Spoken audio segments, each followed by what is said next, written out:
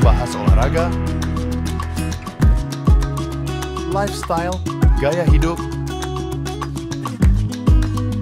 wisata,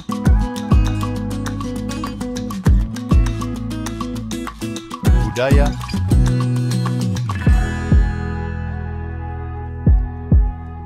politik dan hukum akan dibahas seru bersama host kece dari Odeng dan co-host tercantik Rida dalam program Pagi Seru Sultan TV.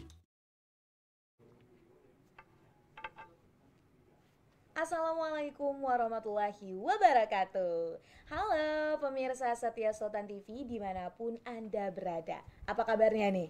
Semoga selalu dalam keadaan sehat walafiat tentunya.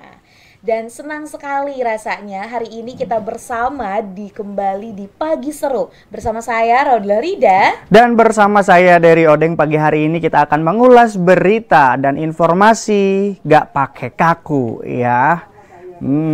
Betul sekali Der. Nah memang pagi-pagi gini nih udah banyak berita yang memang kita sudah siapkan ya Der ya. Betul sekali, apalagi hari ini tuh bertepatan dengan peringatan Reformasi Republik Indonesia. Wah, kalau kita ingat reformasi nih, ini pasti di tahun 1998 ya Der ya. Betul sekali, jadi memang awalnya reformasi ini ada akibat ketimpangan sosial dan ketidakadilan terhadap masyarakat yang dilakukan oleh pemerintahan Orde Baru kala itu. Wah, dan tentunya ini mengakibatkan ke beberapa aspek ya Der ya. Ini salah satunya tadi ekonomi, krisis sosial, pemerintahan dan yang lain-lainnya. Nah kebetulan Der, kalau semisal tahun 1998 tuh aku tuh belum ada sebenarnya. Betul, dan diriku tuh juga masih unyu-unyu ya waktu itu, jadi belum paham. Belum paham, tapi ya karena itu kan sebuah sejarah dan memang harus kita pelajari ya. Ini juga banyak banget sumber-sumber yang bisa kita baca nih terkait dengan peristiwa 98 tersebut. Ya, artinya kita juga sebagai anak muda itu ada istilah dari Presiden Soekarno namanya jas merah. Jangan sekali-kali melupakan sejarah. Nah, betul sekali. Nah, kalau semisal kita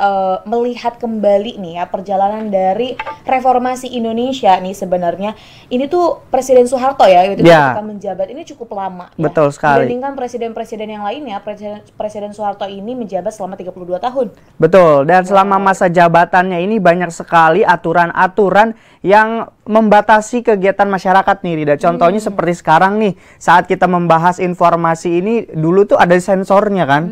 Jadi kita harus mengajukan dulu ke pemerintah, ini boleh nggak gitu kan. Jadi memang ya? Betul, media itu sangat dibatasi terutama terhadap hal-hal yang mengkritik pemerintah.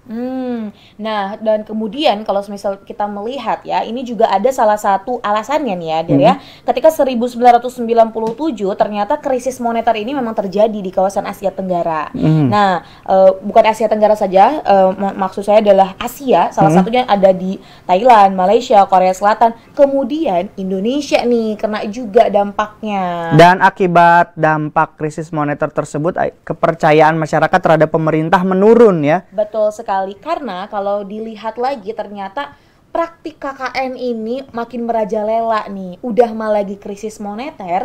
Nah, malah korupsi, kolusi dan juga nepotisme makin membumi. Dan akhirnya para aktivis bersuara kala itu. Betul sekali. Dan sehingga terjadi tragedi penculikan aktivis 97 dan 98 yang hingga kini tidak diketahui keberadaannya di mana tuh Rida. Nah, itu masih menjadi satu rahasia ya yang belum diungkapkan. Makanya kalau misal kita melihat jejak dari sejarah 1998 ini banyak sekali yang memang diulik. Nah, itu juga bisa kita lihat. Itu ada videonya ya, itu banyak sekali. Nah, di peristiwa 98 ini sebenarnya yang berpower adalah para generasi muda. Lihat mahasiswa-mahasiswa di situ terjadi gentok-gentokan ya tentunya dengan aparat. Betul.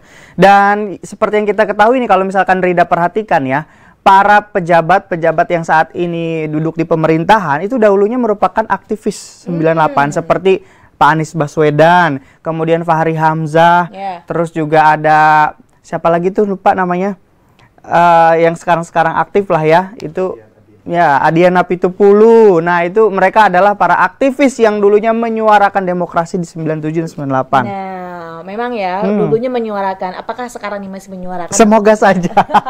Aduh takut ya.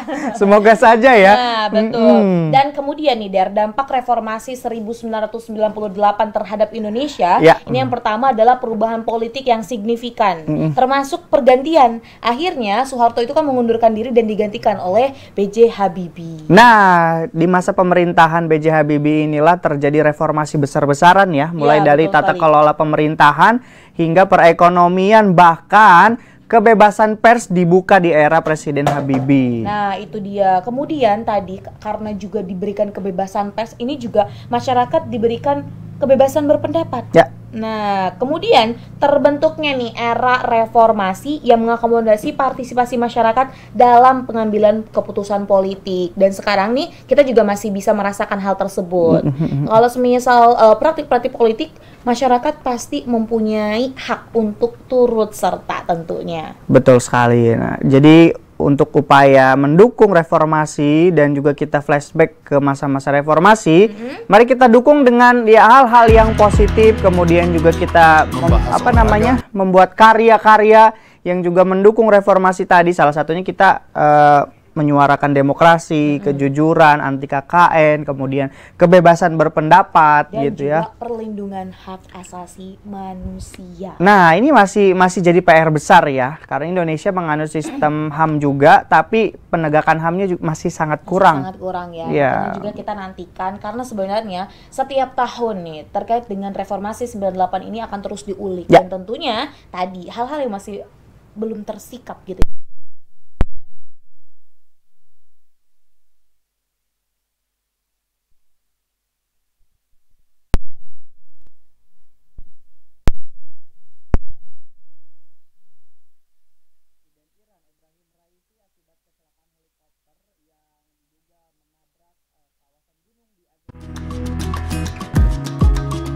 Lifestyle, gaya hidup,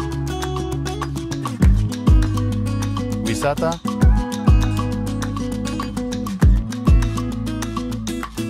budaya,